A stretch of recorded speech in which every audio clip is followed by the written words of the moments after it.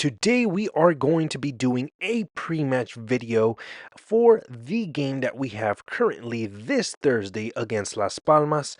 So I will be covering all that, and this will probably be a part one, as probably part two will be covering some of the pre-match interviews, right, that Ancelotti will be having, and possibly a player could be with him also doing that press conference with him. So definitely, if they do that, we'll be doing a part two to this pre-match video.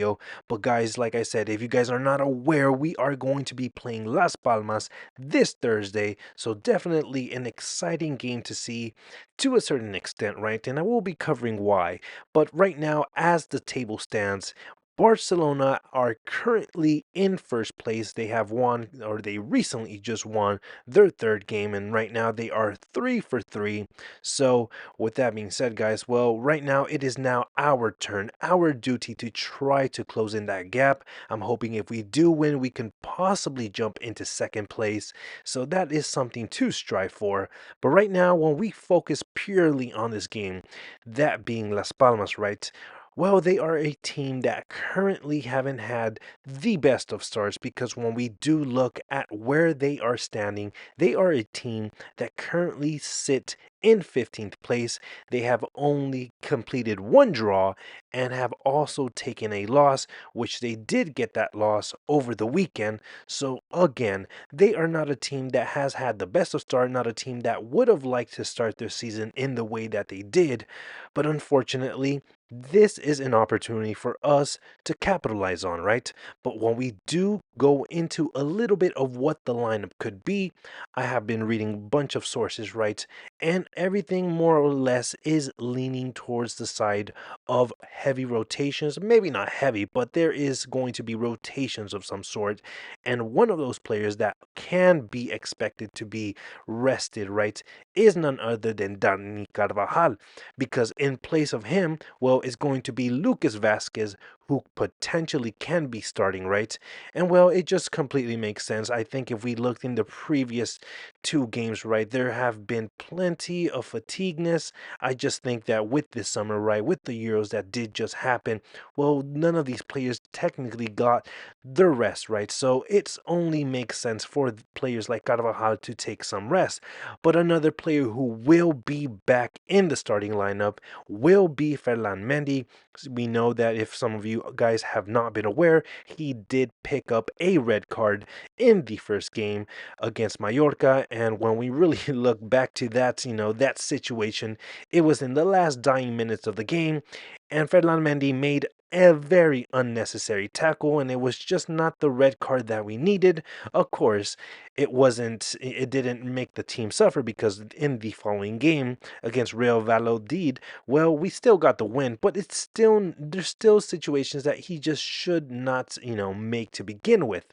And another player that I am seeing throughout these news sources is that Arda Güler is another player who is expected to start. He did start in the previous game, and well, it is expected for him to start again in this game, which only makes sense with the absence of Bellingham, right? But it's also being said that the coaching staff right now are very happy with Arda Güler's performance, and they want to give Arda Güler a bigger role in the team.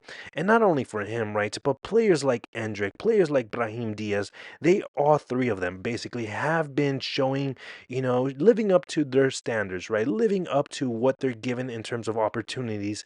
And like I said, not only Arda Güler, but it's also being said that Brahim Diaz could start. I have not been seeing Endrick starting, so it only makes sense, right? He's still new to the team, still trying to establish himself as a player. But Brahim Diaz is one of those players who has had time within this team, so therefore, well, easing him in, right, won't be much of a struggle when you compare that to Endrick.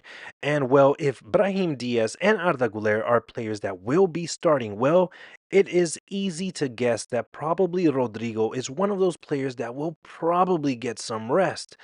And well, now when we look at our opponent as a whole, well, it's expected really by the coaching staff and Real Madrid as a whole that we are going to be probably playing a majority of teams that will be playing a low block, and the chances that we will face another low block team will probably be against Las Palmas.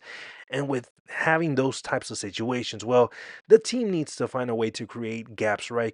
To make that ball move much faster, do opposite plays, right? Switch the balls and all that sort of stuff because we really struggle, especially we've seen in these last two games that, well, when they play low blocks, it's just very difficult to get opportunities. And really, when we do have our opportunities, well, players like Mbappe seem to struggle in front of goal.